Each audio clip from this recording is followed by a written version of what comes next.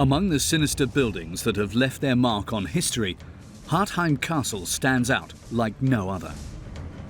No one could have guessed that this beautiful Renaissance castle, nestled in the Austrian countryside, would become one of the most terrifying scenes of history. Le choc en allant à Hartheim, c'est la beauté. J'ai beau savoir ce qui s'est passé, à chaque fois je me prends la beauté comme une gifle. Intended as a care centre, Hartheim was officially a peaceful refuge for the physically and mentally disabled.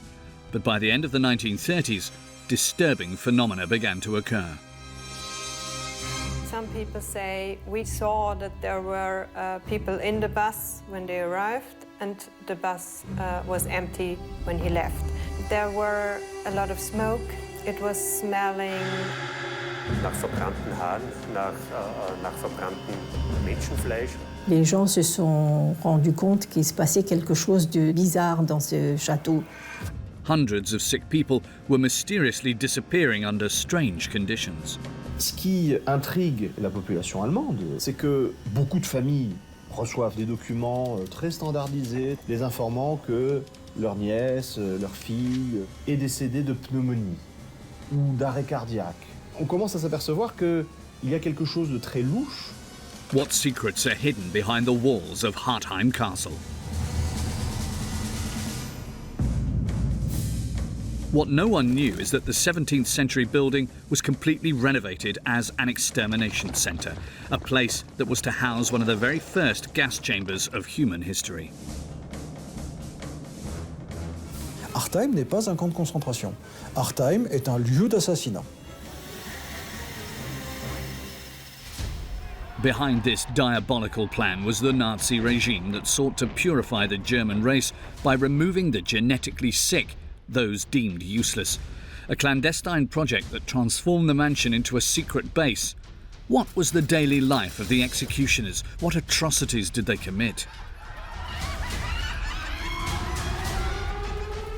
We will reveal the secrets of these heinous crimes that the Nazis tried so hard to hide from the world. This is the horrifying story of Hartheim Castle.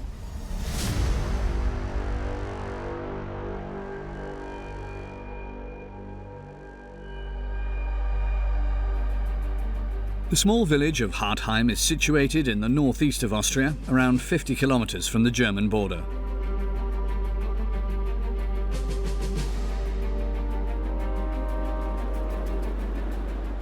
A peaceful province in the middle of the Danube countryside and its farm markets, which supply the whole of Austria. Hartheim Castle is located in the centre of this rural village, steeped in Catholic traditions for many centuries.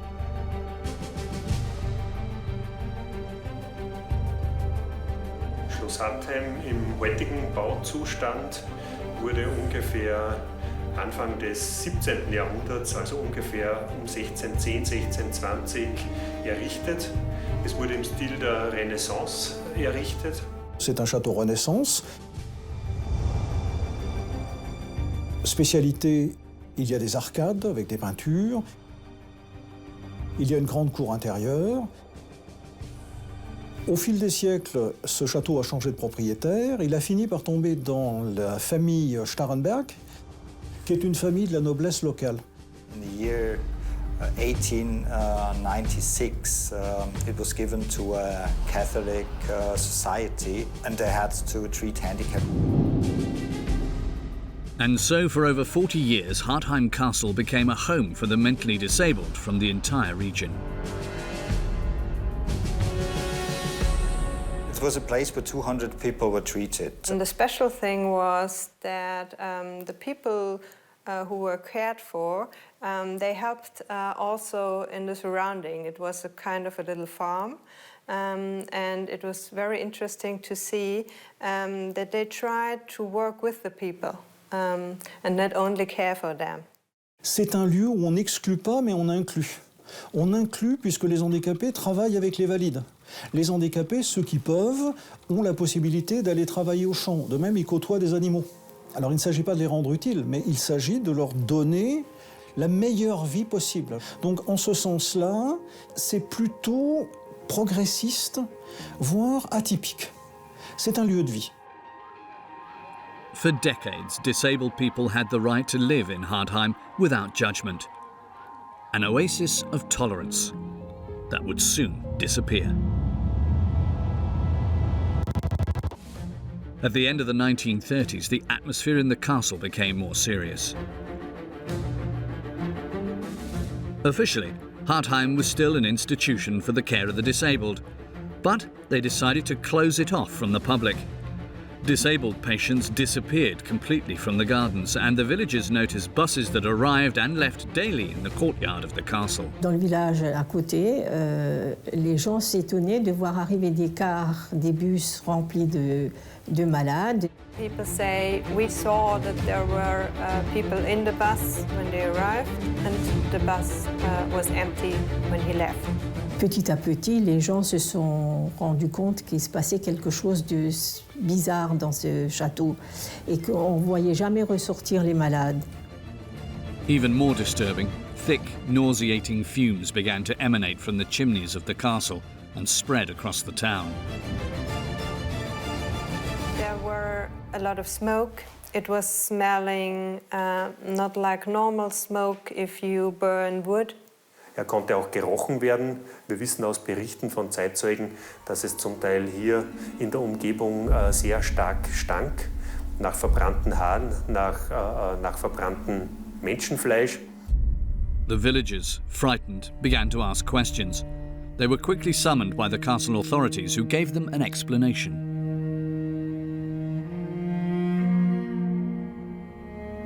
Of course, people were afraid. Local people spoke about it, but there was something going on and there was something wrong in the castle.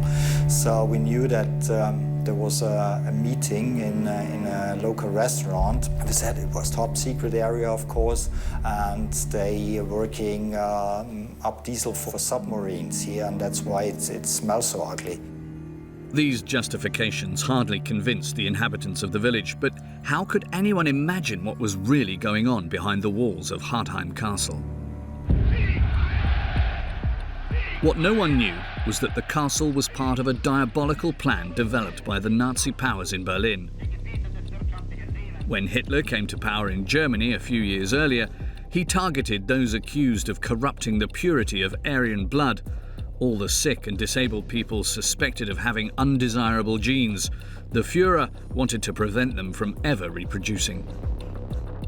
Donc en Allemagne, les handicapés, par dizaines de milliers, voire par centaines de milliers, sont stérilisés de force. Vraiment de force. Souvent sans leur demander leur avis, sans que les familles soient au courant. To legitimize this war against disabled people, a propaganda campaign was even launched by his minister Joseph Goebbels. À partir de 1933, il y a une campagne massive qui passe par l'enseignement scolaire, par les affiches, par les tracts, mais aussi par le cinéma. Et donc on va diffuser dans des expositions, dans des films, des images volontairement laides, monstrueuses, destinées à choquer les personnes.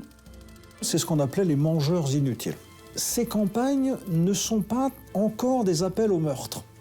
Ce sont des campagnes de sensibilisation. In the end, these brutal measures led to the sterilization of over 400,000 disabled people considered a threat to the German Aryan race. But this was still not enough. With Germany's entry into the war, Hitler wanted to completely eradicate all these additional mouths to feed. And this is where Hardheim Castle will soon enter the Führer's plans. A top-secret operation was launched called Action T4. Il y a une réunion à la chancellerie d'Hitler avec des médecins dans laquelle on a décidé d'assassiner les handicapés et les malades. C'est un des très rares ordres signés que l'on ait de la main d'Hitler. Die Aktion T4 richtete sich vor allem gegen Menschen, die in Behindertenheimen und in psychiatrischen Kliniken lebten. Es gab verschiedene Kriterien, die zur Auswahl dieser Menschen zur Vernichtung führten.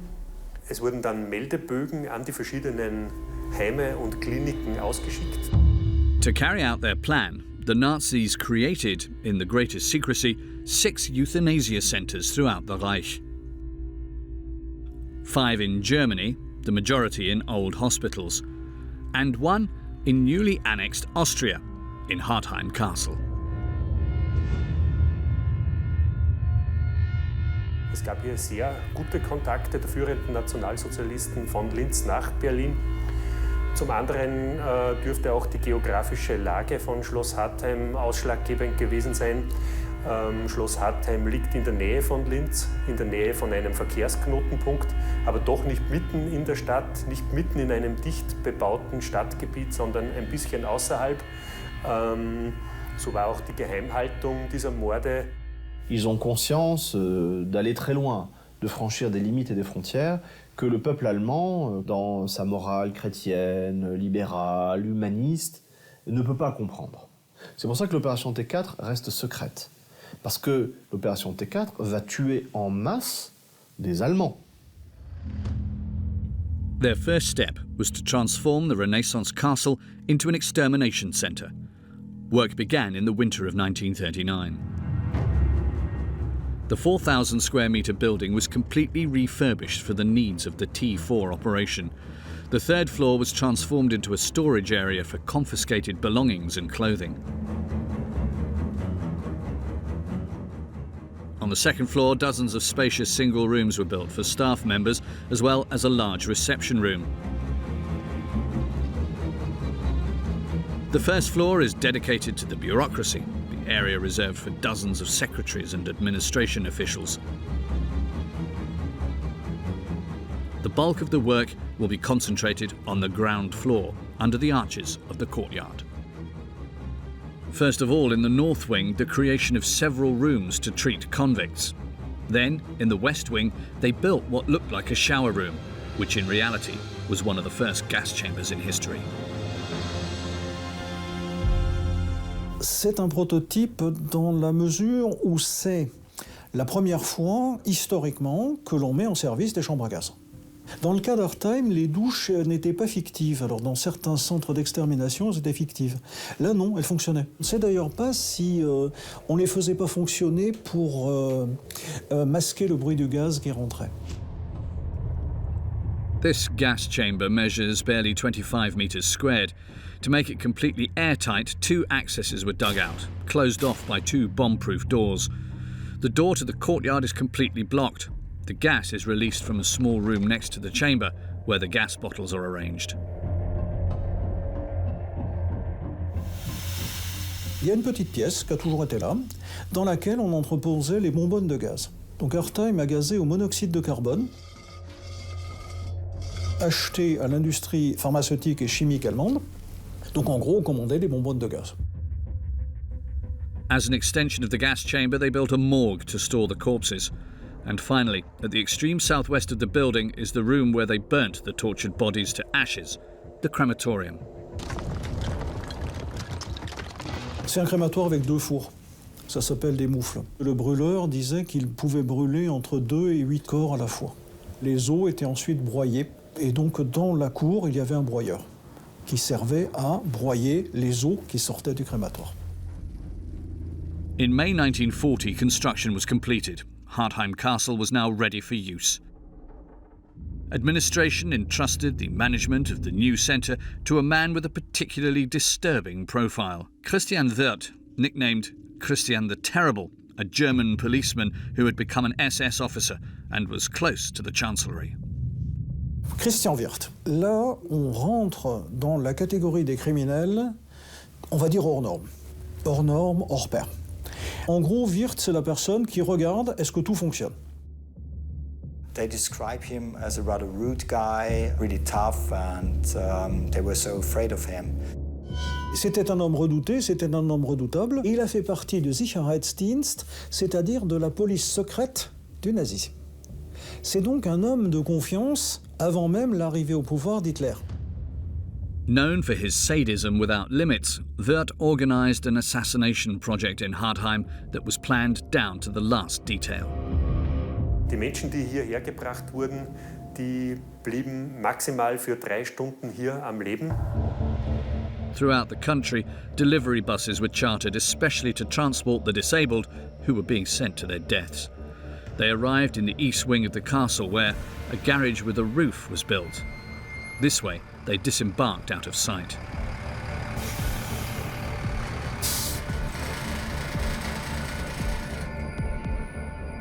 The condemned men then entered the courtyard to begin their last walk outside.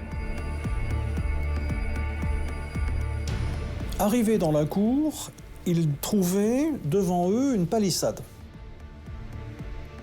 Cette palissade les empêchait de se disperser dans la cour et les orientait vers l'aile nord. In the first room, the nurses were tasked with welcoming them and undressing them completely. So there were nurses on the transport, and there were also nurses here in Hartheim that had really an important role. So they knew how to handle handicapped. They created a safe situation for them under the circumstances. When 100 people arrive in this place, some people were nervous, and so they got medication to calm down, and that's why they needed nurses.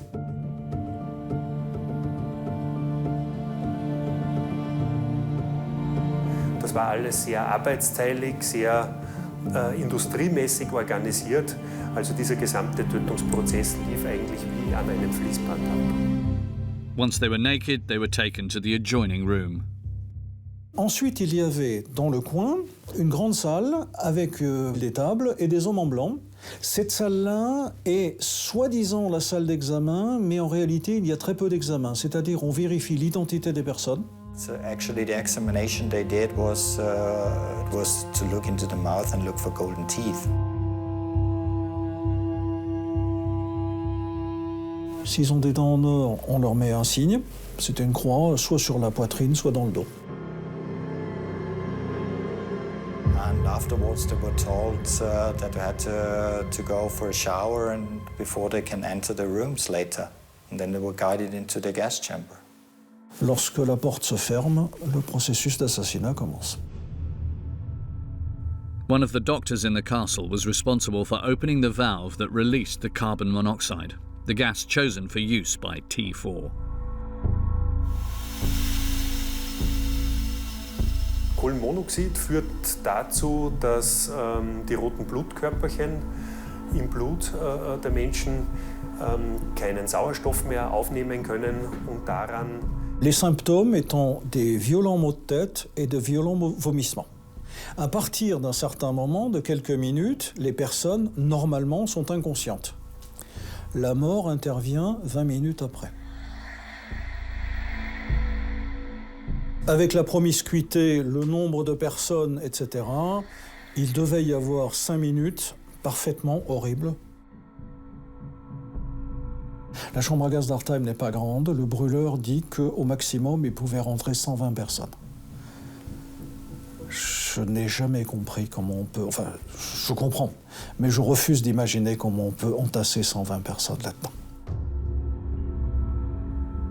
After these long minutes when screams gave way to silence, a ventilation system started up to evacuate the gas. The macabre work of the so-called burners begins, a group of men who work 24-hour shifts. Their mission is to collect gold teeth from the corpses marked with a cross. They must then transport the dozens of bodies to the crematorium. Once the bodies are burned and the bones crushed, the burners are in charge of getting rid of the evidence, tons of ashes, disposing of them into the surrounding waterways.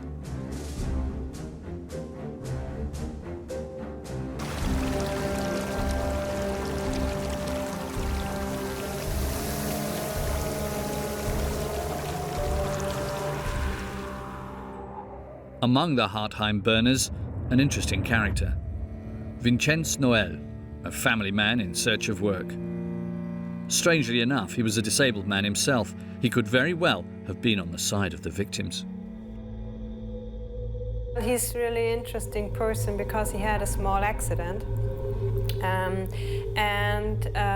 he was handicapped afterwards. He describes himself as a little slow. Il était hémiplégique, notamment il avait le bras droit qui était difficilement utilisable, ce qui fait qu'il ne pouvait pas arracher les dents en or. Alors ses camarades lui disaient que sa place n'était pas devant le crématoire, mais dedans. C'est véritablement l'individu simple qui, sans raison idéologique, se trouve à un moment au plein cœur d'un processus d'assassinat et de monstruosité.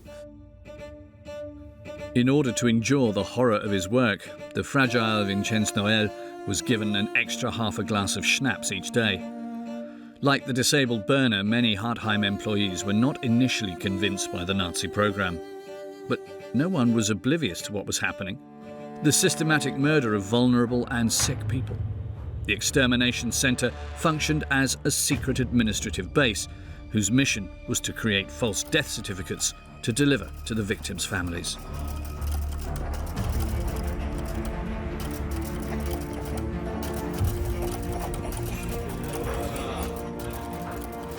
Il faut s'imaginer Hartheim non pas désert, mais habité, c'est une ruche. Il y avait une armada de secrétaires chargés d'établir des vrais faux certificats de décès, avec des dates fausses, des lieux faux, des entêtes fausses et des causes de décès fausses, qui vont être envoyées aux familles. It was a secret mission because there was no law that in 1940 someone was allowed to kill handicapped. So the perpetrators, of course, wanted a lex euthanasia.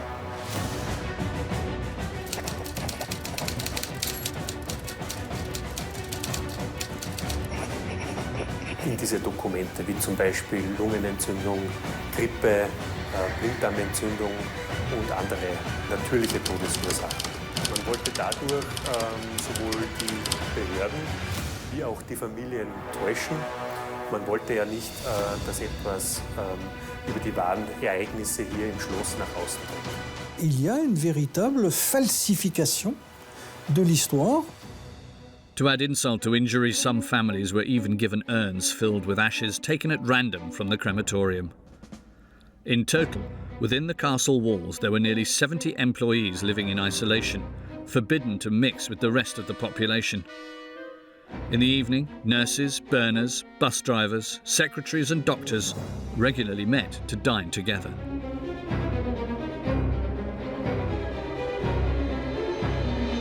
On sait qu'ils ont fêté le 10 000e cadavre. Donc pour fêter le 10 000e cadavre, ils ont fait une grande fête.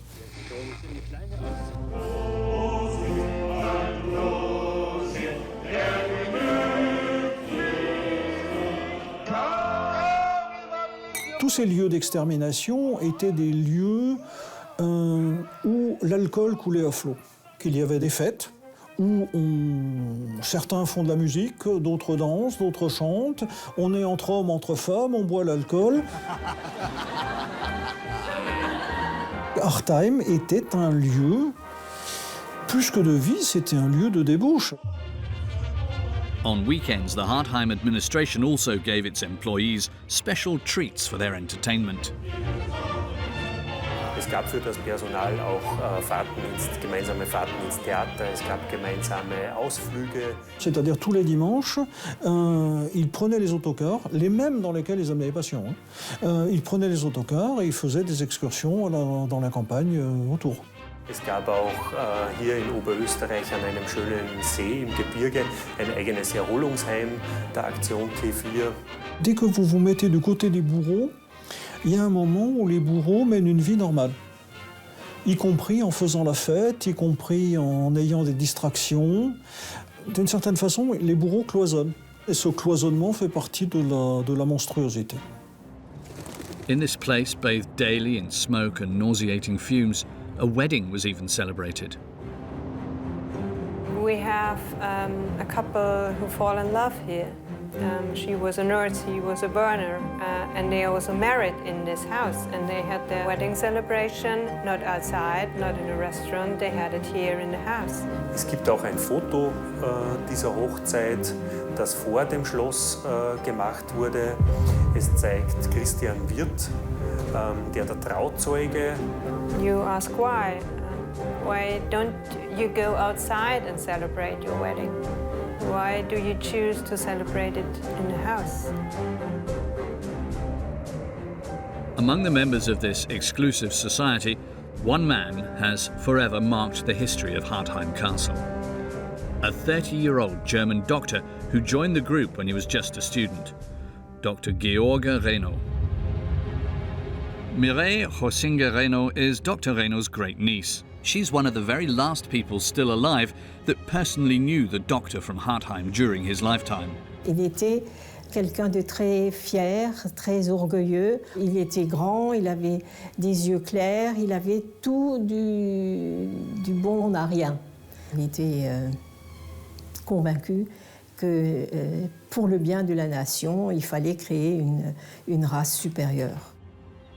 In Hartheim, Georg Reynaud had been commissioned by T4 for his very particular skills. Il semblerait que le docteur Reynaud se soit fait remarquer par sa façon de maîtriser les barbituriques. Sa spécialité, avant même d'être à Hartheim, était de tuer les patients sans laisser de traces. Il fait partie des médecins qui acceptent l'idée de tuer les patients, parce que pour lui, ces personnes ne méritent pas de vivre. Sa fierté, son orgueil était au-dessus de tout. Et son ambition aussi. Il savait qu'il allait faire une grande carrière. Au château de Hartheim, il gagnait le double de ce qu'il aurait pu gagner dans n'importe quel autre hôpital. Often presented as an artist, a lover of classical music, Dr. Reynaud was not at ease in the castle.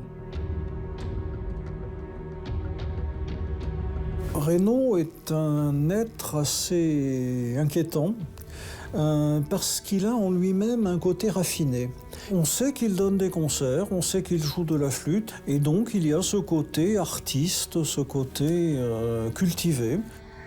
Il avait une chambre dans l'aile droite du château, et le soir, après son travail, il montait dans sa chambre et il jouait de la flûte traversière, alors qu'en bas, on brûlait encore les cadavres et que tout le château empestait la chair brûlée.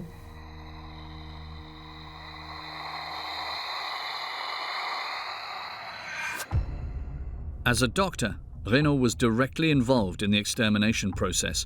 He was responsible for turning the valve that released carbon monoxide into the gas chamber. Une de ses fonctions était précisément de veiller au fait que l'exécution se termine par la mort des patients. He also was responsible for welcoming the Nazi officers who regularly visited the castle. Le château de Hartheim était un château qui était cité en exemple pour son efficacité. Et de temps en temps, il y avait des dignitaires nazis qui venaient assister à des gazages de démonstration. Reynaud a avoué avoir tourné le robinet de gaz lorsqu'il y avait des dignitaires nazis qui étaient venus regarder. Dans la chambre à gaz d'Hartheim, il y avait un œilleton qui permettait, depuis la cour, de voir l'intérieur de la chambre à gaz. Les dignitaires de Berlin sont très curieux de voir comment ça se passe. L'idée, c'était aussi d'aller voir là-bas pour peut-être avoir la même chose dans son camp, pour peut-être refaire la même chose ailleurs. Donc là aussi, il y a tout le côté pionnier, également ce côté de montrer à Berlin comment fonctionne la machinerie d'extermination. More disturbing, although he denied it, was that the doctor performed dissections on the lifeless bodies of the murdered disabled. A small dissection room was specially set up on the first floor on the other side of the courtyard. Sometimes they were marked, and after their death, there was a dissection of the brain. Le moyen d'étudier le cerveau d'un schizophrène de 15 ans, à l'époque, ça consiste à tuer le schizophrène de 15 ans et à extraire le cerveau et à l'envoyer à la faculté de médecine. Il semblerait d'ailleurs qu'on ait utilisé les dissections pour faire des planches anatomiques.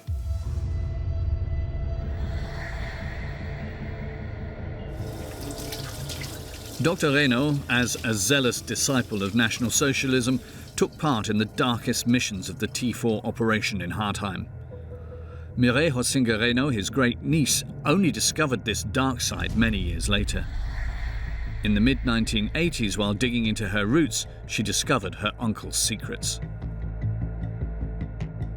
At the time, she knew nothing about his life.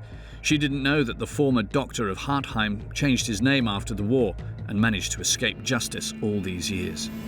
Il m'a très gentiment invité avec mon mari, mon fils, et on est allé à plusieurs reprises là-bas. Et on était toujours accueillis comme si on était de sa famille depuis toujours et comme si on était presque ses enfants. C'était quelqu'un de très aimable, quelqu'un de chaleureux, d'intéressant aussi. On avait des discussions très intéressantes et Et après, c'est la douche froide, mais très froide, quoi. One day, a passing discussion about the Second World War made the demons of the old man resurface. L'oncle Georg qui me dit « Ah oui, eh bien, c'est une période difficile, mais il faut quand même que je vous dise, ne croyez pas tout ce qu'on peut lire dans les livres et dans les journaux, ou ce qu'on entend à la télé ou à la radio. Sachez que les chambres à gaz, ça n'a jamais existé. » Alors ça m'a choquée, venant d'une personne aussi cultivée et intelligente. Alors je lui ai dit, mais tu ne peux pas dire ça, en plus c'est du négationnisme. Et c'est là qu'il m'a dit, mais tout ça, ça a été construit après par les Américains et c'était juste pour nuire à notre pays. Et alors là, je ne comprenais plus. Deeply shocked, Mireille researched history books and discovered the true role of her uncle in Hartheim. Alors je me suis dit, est-ce que c'est le même? Est-ce que c'est un homonyme? Et je lui pose la question, était-ce bien toi? Et il me dit, oui, mais tu sais, maintenant on a d'autres soucis. Finalement, ça remonte à très longtemps, il faut oublier. Et puis, on avait l'impression que c'était juste un détail de sa vie, quoi.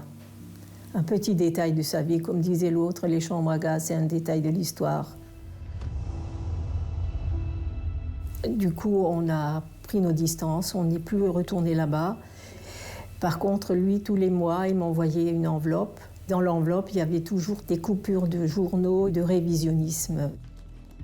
Et de m'imaginer qu'il pouvait être monstrueux à ce point, c'était inimaginable. Inimaginable. Harassed by his letters, Mireille put an end to their relationship. In 2006, she published a book to tell the story of her uncle's horrific past.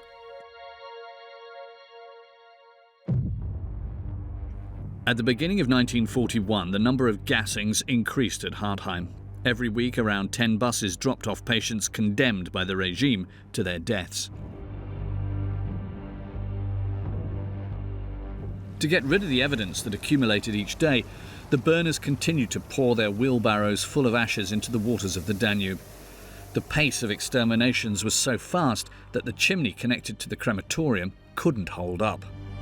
Yeah, the problem with the chimney, that they have to build a second one. It was told that the chimney, that there was a fire in the first chimney because it was too small and there was just one chimney. So one chimney had to do the central heating and also the crematorium-ofen. Nun errichtete man im Schlosshof einen eigenen, quasi industriellen Kamin.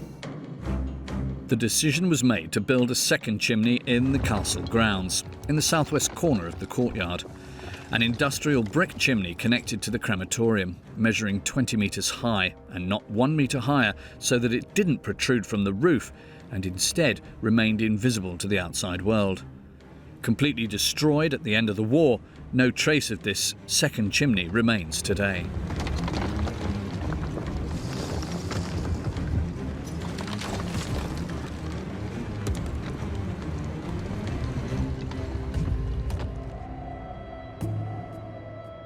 In the village, bellows of toxic smoke were constantly being released into the air, and unsurprisingly, the terrified local population avoided the perimeter of the property.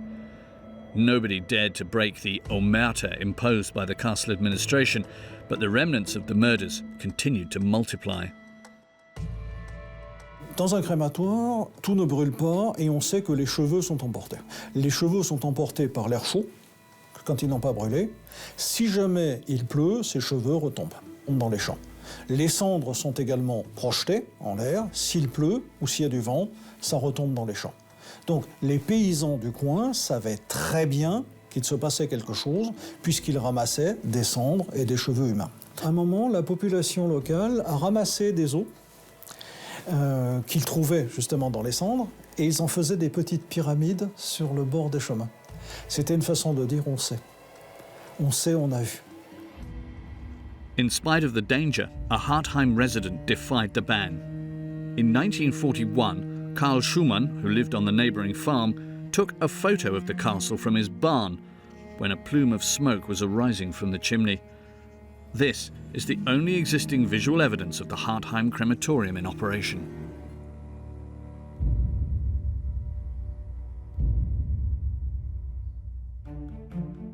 While the village was kept in the dark, hundreds of Catholic families throughout the Reich began to grow concerned about the increasing number of disabled people who were dying under strange circumstances. The secrecy surrounding Action T4 begins to crumble. Ce qui intrigue la population allemande, au bout de quelques mois, c'est que beaucoup de familles reçoivent des documents très standardisés, très stéréotypés, les informant que leur nièce, leur fille, leur neveu, leur cousin est décédé de pneumonie, ou d'arrêt cardiaque, ou d'insuffisance respiratoire, et que parfois, on reçoit 2 urnes, ou pas d'urne du tout. Donc on commence à s'apercevoir qu'il y a quelque chose de très louche, commence à ruisseler l'idée que quelque chose de criminel se déroule. A man of the church then publicly denounced this extermination, the Bishop of Münster, Monseigneur von Galen. À l'été 1941, l'évêque de Münster, Monseigneur von Galen, va tenir une homélie courageuse, parce qu'il va affronter littéralement cette politique de meurtre en cours en disant qu'il y a un meurtre de masse qui est en train de se dérouler, que tout cela est contraire aux prescriptions de l'Évangile. Das Naziregime wollte zu diesem Zeitpunkt keine Unruhe in der Bevölkerung haben. Man wollte, dass sich alle Kräfte an der sogenannten Heimatfront auf die Kriegsführung konzentrieren. Donc face à l'intervention de l'évêque von Galen, eh bien, il y a recul de la hiérarchie nazie qui décide de stopper l'opération T4, c'est-à-dire le meurtre de masse par gazage. C'est-à-dire, il y a un moment, la centrale de Berlin appelle les centres d'euthanasie pour dire vous arrêtez. In August 1941, the T4 action ended and the chimney of Hartheim Castle finally stopped smoking. But in the end, with over 70,000 disabled people murdered, of which almost 20,000 were in Hartheim alone, the mission was, from the Nazi point of view, a success. L'objectif était de 70 000, on est à un tout petit peu plus. Donc, d'une certaine façon, on peut estimer que cette première opération, puisque dans l'esprit des nazis, ça devait être une première, pas la dernière, cette première opération avait atteint son objectif, donc on passait à autre chose. The crematorium in Hartheim didn't remain inactive for long. Back in Berlin, Hitler already had a new plan in mind. The Nazis had invaded almost all of Europe and were terrorizing populations. Everywhere, opponents of the regime were systematically arrested and deported to labor camps. And very quickly, the number of them became a problem for the regime, a problem that had to be solved. Hitler then launched a new operation called Action 14F13. En 14F13, c'est une opération de délestage des camps de concentration. L'idée est assez simple. Pour vider la population concentrationnaire, on va utiliser les méthodes d'assassinat disponibles, c'est-à-dire on va aller sélectionner des concentrationnaires que l'on va transporter, toujours en autocar, dans les chambres à gaz de la T4 et que l'on va gazer là-bas. And logically, Hartheim Castle was chosen to become the killing centre of the nearest labour camp located 30 kilometres away, Mauthausen.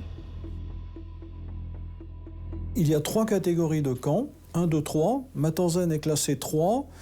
3 signifie retour non désiré. Et c'est un camp où on envoie des gens dont on souhaite qu'ils ne reviennent pas. Auch waren vermutlich diese jüdischen KZ-Häftlinge in Mauthausen in einem extrem schlechten Gesundheitszustand. Sie wurden ja auch am allerschlechtesten von der SS behandelt und versorgt. In der Folge kamen dann Häftlinge unterschiedlichster Haftkategorien, also politische Häftlinge, sogenannte asoziale Häftlinge. Authorised by Berlin, the Hartheim Killing Centre was reopened for a second time, with its doctors who once again found themselves with the responsibility to select those who were too old or unfit for work. On va envoyer des médecins dans les camps, dont le docteur Reynaud, faire des sélections. Et ces sélections sont parfois assez rudimentaires, on fait courir les gens, on fait marcher les gens, etc. Ausschlaggebend für die Selektion im Rahmen von 14 F-13 dürfte die Arbeitsfähigkeit gewesen sein. Also entscheidend dafür, ob jemand in Hartheim ermordet wird, dürfte gewesen sein, ob er noch arbeiten konnte im Konzentrationslager oder nicht. Konnte er nicht mehr arbeiten, war er für die SS nicht mehr von Interesse. The same trickery, the same methods of murder, and the same hiding of evidence. The process was well established in Hartheim and was as horribly effective as ever. Besides the mentally disabled, nearly 15,000 prisoners were exterminated in the Austrian castle.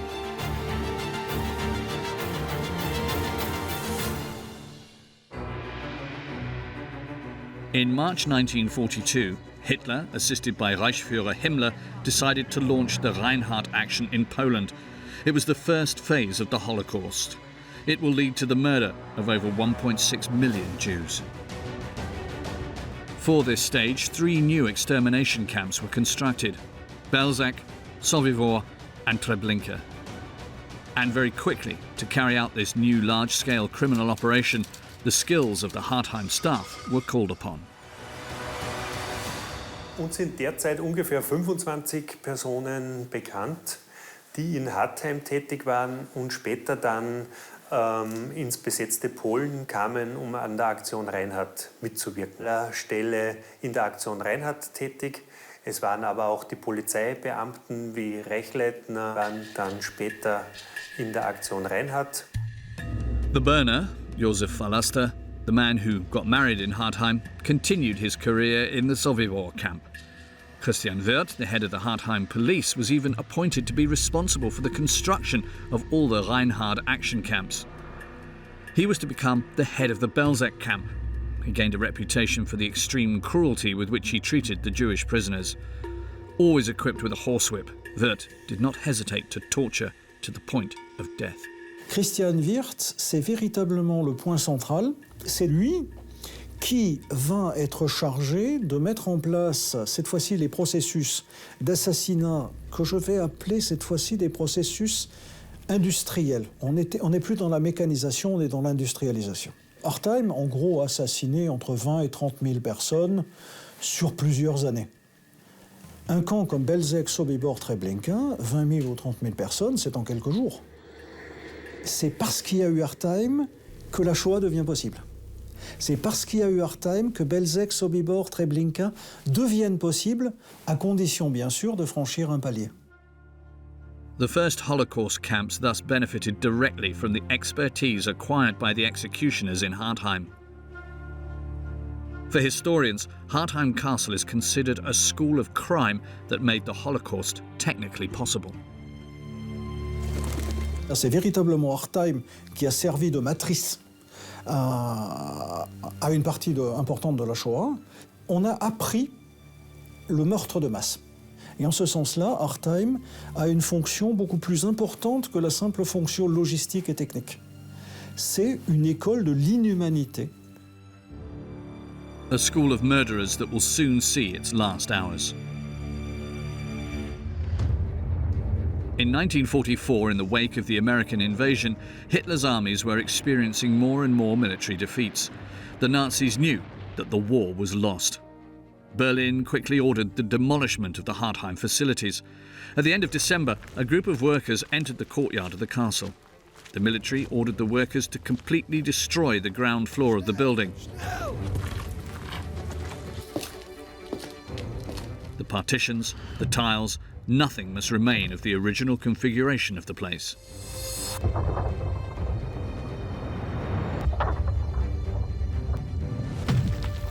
Et donc ils vont effacer les choses. Ils vont casser la cheminée, ils vont reboucher certaines portes, ils vont rouvrir certaines portes et ils vont faire disparaître toute trace. En gros, il ne s'est jamais rien passé ici. On the upper floors, the secretaries gathered all administrative documents, archives, even the least incriminating files, to set them all on fire. Under the gaze of German soldiers, Hitler's men hoped to hide the massacre that took place here from the world.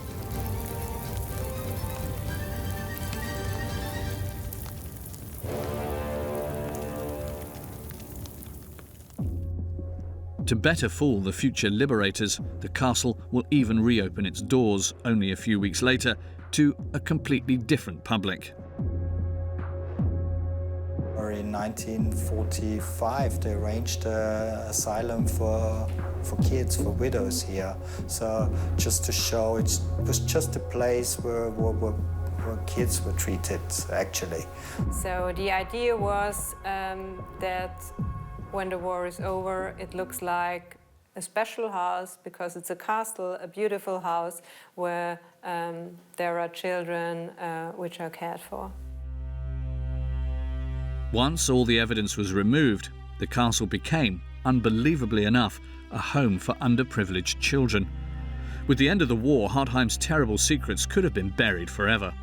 However, this was not the case, thanks to the determination of an American soldier in charge of investigating war crimes, Major Dameron. Le Major Dameron est donc un officier américain. Il appartient à une unité d'examen des crimes de guerre. Et donc il accompagne les libérateurs et ils sont chargés sur les différents sites d'élucider les crimes de guerre. Dieses Team unter Charles Dameron führte eine sehr umfassende Untersuchung der Verbrechen in Hartheim durch. Sie konnten verschiedene Beteiligte des Personals befragen. Sie konnten verschiedene für Kriegsverbrecherprozesse verwendet werden. The Major also came across some incriminating documents that had been forgotten by the Hartheim employees in their haste. Le Major Dameron a eu de la chance. Il a trouvé dans une armoire des documents nazis et des documents de la T4. Ce sont des documents statistiques établis par la T4 et documentant la T4 centre par centre. Ça veut dire que le Major Dameron a également sécurisé les preuves de l'existence de T4 à travers de ce qu'il a trouvé. Et donc, encore une fois, on doit la perspicacité de cet officier américain, le fait que le subterfuge n'ait pas réussi. Even today, the Dameron report remains the most important historical source of information about what actually took place behind the high walls of Hartheim Castle.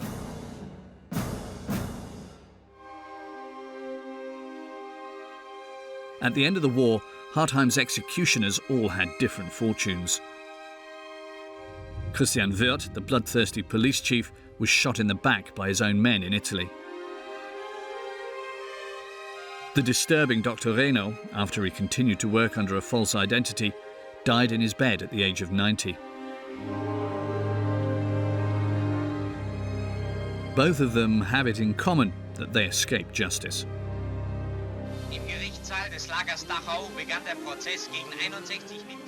But that was not the fate for all of them. Vincenz Noel, the Hartheim burner, a man who was disabled himself, answered for his actions at the Mauthausen trial in 1946. Il est rattrapé par la justice et la justice lui applique la peine maximale puisqu'il a reconnu, y compris avoir tué ou participé à l'assassinat de concentrationnaires. Et à ce moment-là, c'est la peine maximale. Il disait qu'il avait des cauchemars, etc. On a quand même l'impression de quelqu'un qui n'a pas tous ses moyens intellectuels. C'est d'ailleurs dit dans le jugement aussi. Au niveau intellectuel, il est limité. Sentenced by the court, Vincenz Noel was the only employee of Hartheim to be tried and executed.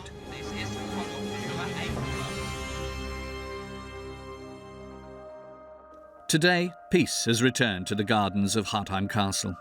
In 2003, the building was converted into a memorial and a study centre to honour the thousands of victims of Nazi barbarism who were murdered there. Es soll nicht nur die Geschichte vermittelt werden, sondern es sollen sich hier vor allem auch jüngere Generationen mit den Fragestellungen auseinandersetzen, die durchaus noch in der Gegenwart Relevanz haben. About 18,000 visitors come here every year. Most of them are pupils with their classes.